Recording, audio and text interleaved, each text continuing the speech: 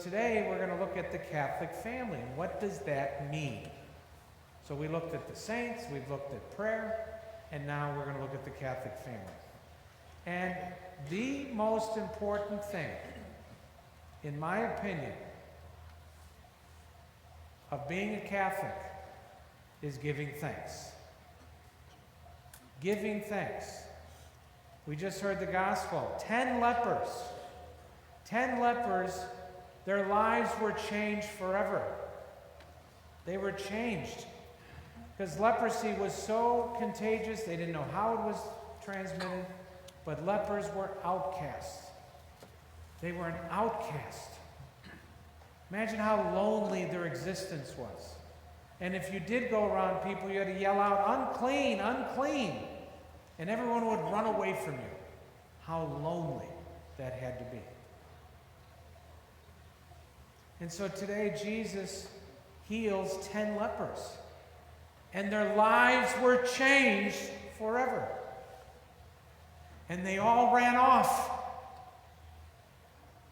And one came back and realized, my life has changed, but I didn't thank the one who changed my life. And he comes back, and Jesus says, weren't there 10?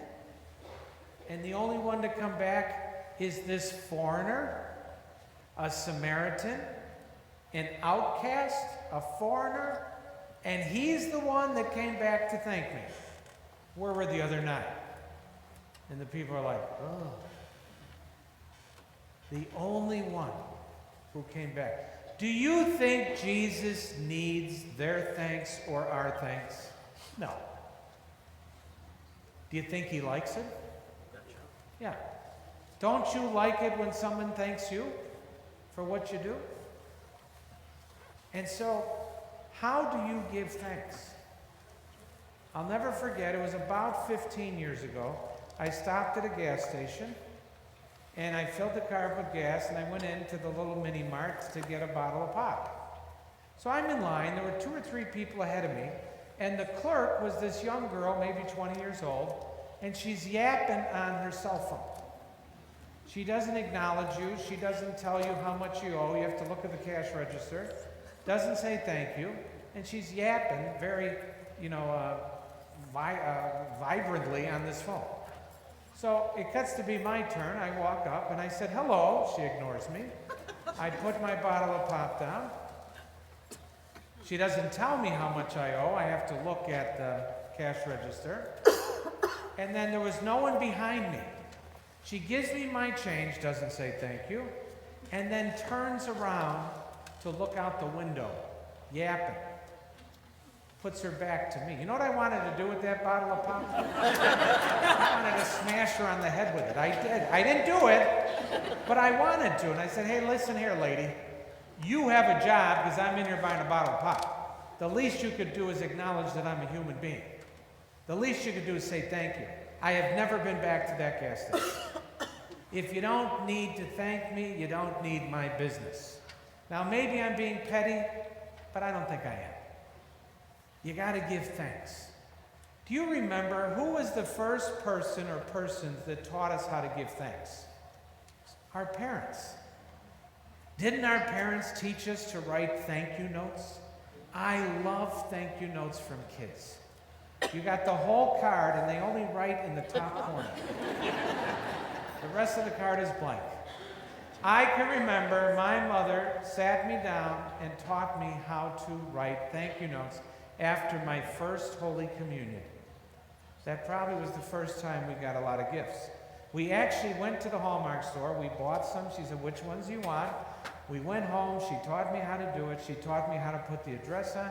She taught me how to put the return label. She taught me how to put stamps on. And then we got in the car, and she took me to the post office. And she said, this is where you do it. I was, 7 years old. And I had fun doing it. I said, oh, this is cool. About 3 days later, I get a phone call. Because one of the people I sent a thank you card to was my aunt's husband's mother. And about 3 days later, I get a phone call. Now, this was like in 1972. The only phone was the one on the wall. 7-year-olds didn't get phone calls back then. My mom says it's for you. It probably was my first phone call in my life. I said, who's calling me? So I said, hello. Well, it was my aunt's husband's mother calling me to thank me for the thank you card I sent to her, thanking her for my first Holy Communion gift. And I said, you're welcome. And I hung up. And then I said, Ma, I said, do I now need to write another thank you note for the thank you call I got from my aunt's husband's mother? I can't keep it straight now. You know how hard that was for a 7-year-old? But do you know I would rather err on the side of thanking too much than not thanking at all. Jesus doesn't need our thanks. But believe me, I think he likes it. Friends, how do you and I have an attitude of gratitude? An attitude of gratitude, meaning we thank people. We thank them for what they do. What are we doing right now? We're at Mass. The Eucharist, the Greek word which means Thanksgiving. So what's the center of our life as Catholics? The Eucharist, which is Thanksgiving. So do you see how Thanksgiving and giving thanks should be the center of our lives as Catholics? Not just when we come to the Eucharistic table, but in any time that we give someone thanks and say thank you. So friends, always have that attitude of gratitude.